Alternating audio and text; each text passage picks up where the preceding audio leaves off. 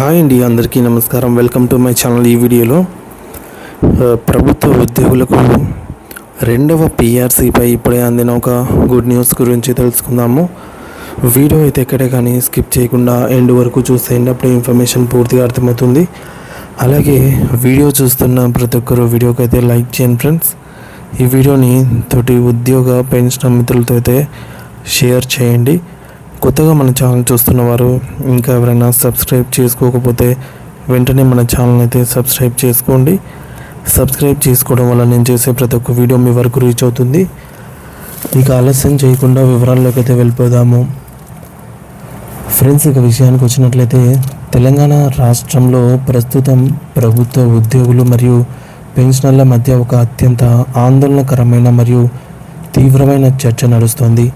అదేంటంటే ప్రభుత్వం తీసుకోబోయే రెండవ వేతన సవరణ కమిషన్ సెకండ్ పిఆర్సీ మరియు అందులో కరువు భత్యం డిఏ విలీనం చేసే ప్రక్రియ ఉద్యోగులకు మేలు చేయడం కంటే ఎక్కువ నష్టాన్నే చేకూర్చేలా ఉంది అని పలు వార్తా కథనాలు మరియు నిపుణుల విశ్లేషణలు హెచ్చరిస్తున్నాయి. మరి ఈ విషయంపై కేవలం పైపైన కాకుండా లోతైన శాస్త్రీయ విశ్లేషణ అవసరమని ఉద్యోగ సంఘాలు గట్టిగా డిమాండ్ చేస్తున్నాయి. అసలు ఈ విలీన ప్రక్రియలో ఉన్నటువంటి లోపాలు ఏమిటి, అది ఉద్యోగి జేబుకి ఎలా చిల్లు పెడుతుంది, అలాగే ఈ అనే అంశాన్ని మనము క్షుణ్ణంగా అయితే అర్థం చేసుకోవాలి. సాధారణంగా ఒక కొత్త పిఆర్సీ అమల్లోకి రావాలి అని అంటే ఒక నిర్ణీత తేదీ అంటే కట్ ఆఫ్ డేట్ ప్రాతిపదికగా తీసుకుంటారు.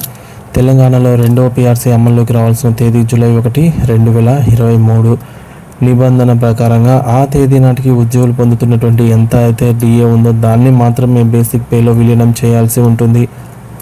జూలై 2023 నాటికి తెలంగాణ ఉద్యోగులకు డిఏ అనేది 33.67% ఉంది. అదే ప్రస్తుతం ఉన్నటువంటి లేటెస్ట్ డిఏ. దాని తర్వాత ప్రకటించనే లేదనమాట. అయితే ఇప్పుడు అసలు చిక్కు ఏమిటంటే ప్రస్తుతం మనం 2026 సంవత్సరంలో ఉన్నాము. అంటే 2023 జూలై నుండి ఇప్పటి వరకు దాదాపుగా 5 డిఏలు అంటే 2024లో 2, 2025లో 2, 2026లో 1 మొత్తం 5 డిఏలు అయితే పెండింగ్లో ఉన్నాయి. మరి ఈ 5 పెండింగ్ డిఏల శాతం సుమారుగా 12.74% ఉంటుంది. అంటే కేంద్ర ప్రభుత్వం 1%, మన రాష్ట్ర ప్రభుత్వాలు 0.91%తో లెక్కించినట్లయితే కేంద్రం 14% ప్రకటించగా రాష్ట్ర వాటా వచ్చేసి 12.74 అయితే ఉంది.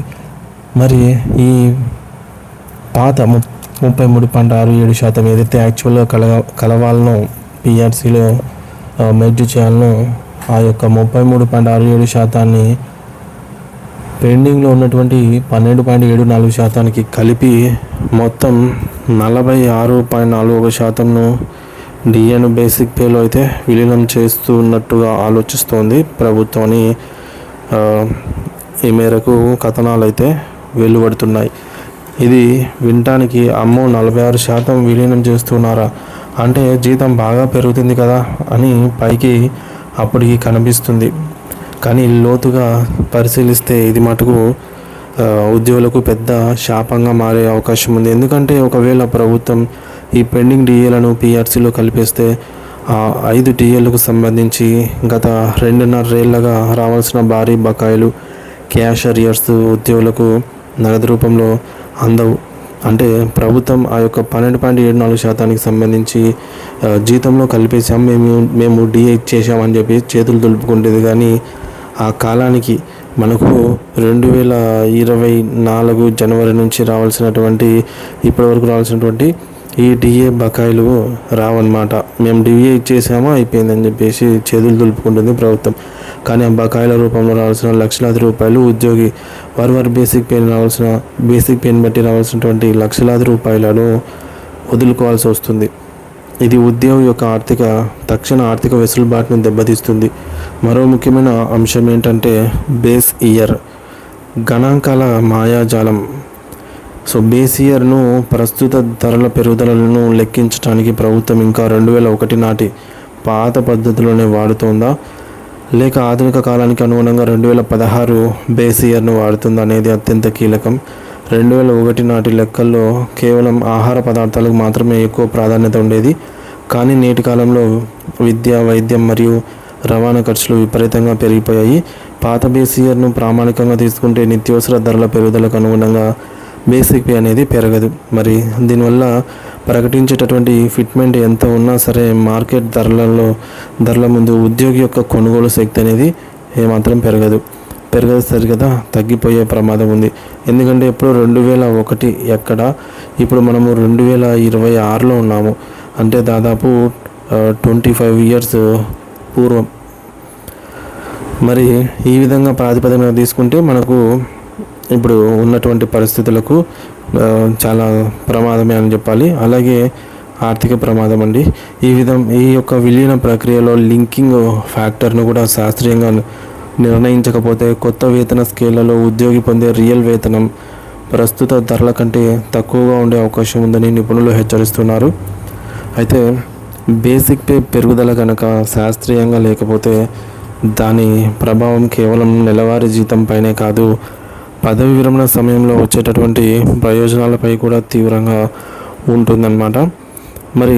గ్రాట్యుటీ, కమ్యూటేషన్ మరియు పెన్షన్ లెక్కలన్నీ కూడా ఉద్యోగి యొక్క చివరి బేసిక్ పే మీదనే ఆధారపడి ఉంటాయి. కాబట్టి బేసిక్ పే కనుక తక్కువగా స్థిరపడితే రిటైర్మెంట్ సమయంలో వచ్చేటటువంటి లక్షలాది రూపాయల ప్రయోజనాలు అనేవి ఆవిరైపోతాయి.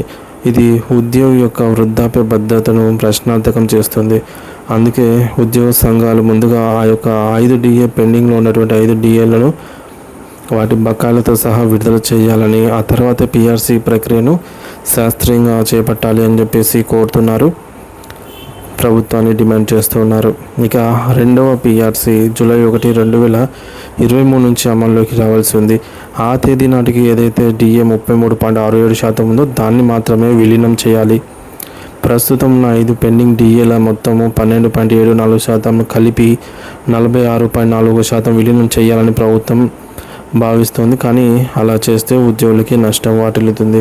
ఇక పెండింగ్ DAలను విలీనం చేస్తే గత 2.5 సంవత్సరాలుగా బకాయిలు అరియర్స్ రావాల్సింది ఉద్యోగులు కోల్పోతారు. అలాగే బేస్ ఇయర్ను 2001 కాకుండా పెరిగిన వైద్య, విద్యా ఖర్చులు దృష్టిలో ఉంచుకొని 2016 సంవత్సరాన్ని అయితే బేస్ ఇయర్గా తీసుకోవాలి. 2001 కనుక తీసుకున్నట్లయితే అప్పట్లో ఉన్నటువంటి ఖర్చులు ఇప్పుడు లేవు, పెరిగిపోయాయి. కాబట్టి ఉద్యోగి నష్టపోయే అవకాశం ఉంటుంది. ఇక బేసిక్ పెరుగుదల శాస్త్రీయంగా లేకపోతే రిటైర్మెంట్ బెనిఫిట్స్ కూడా భారీగా తగ్గుతాయి. ప్రభుత్వం ముందు 5 పెండింగ్ DAలను నగదు రూపంలో విడుదల చేయాలి. ఇక లింకింగ్ ఫ్యాక్టర్ నిర్ణయించడంతో పారదర్శకత లేకపోతే ఉద్యోగుల వాస్తవ కొనుగోలు శక్తి పడిపోతుంది. తెలంగాణలో రెండో PRC అమలు మరియు DA విలీన ప్రక్రియ ఉద్యోగులకు నష్టదాయకంగా మారే సూచనలు కనిపిస్తున్నాయి. జూలై 2023 నాటి DAను మాత్రమే విలీనం చేయాల్సి ఉండగా ప్రభుత్వం పెండింగ్లో ఉన్నటువంటి 5 DAలను కూడా అందులో కలిపేయాలని చూడటం అనేది ఉద్యోగులకు భారీగా నగదు బకాయిలను కోల్పోతారు. అలాగే పాత బేస్ ఇయర్ లెక్కల వల్ల సరిగ్గా పెరగదన్నమాట. దీని ప్రభావం భవిష్యత్తులో పెన్షన్లు మరియు గ్రాట్యుటీపై పడుతుంది. కావున పెండింగ్ DAలను వెంటనే విడుదల చేసి శాస్త్రీయ పద్ధతిలో వేతన సవరణ చేయాలని ఉద్యోగ లోకం కోరుతోంది.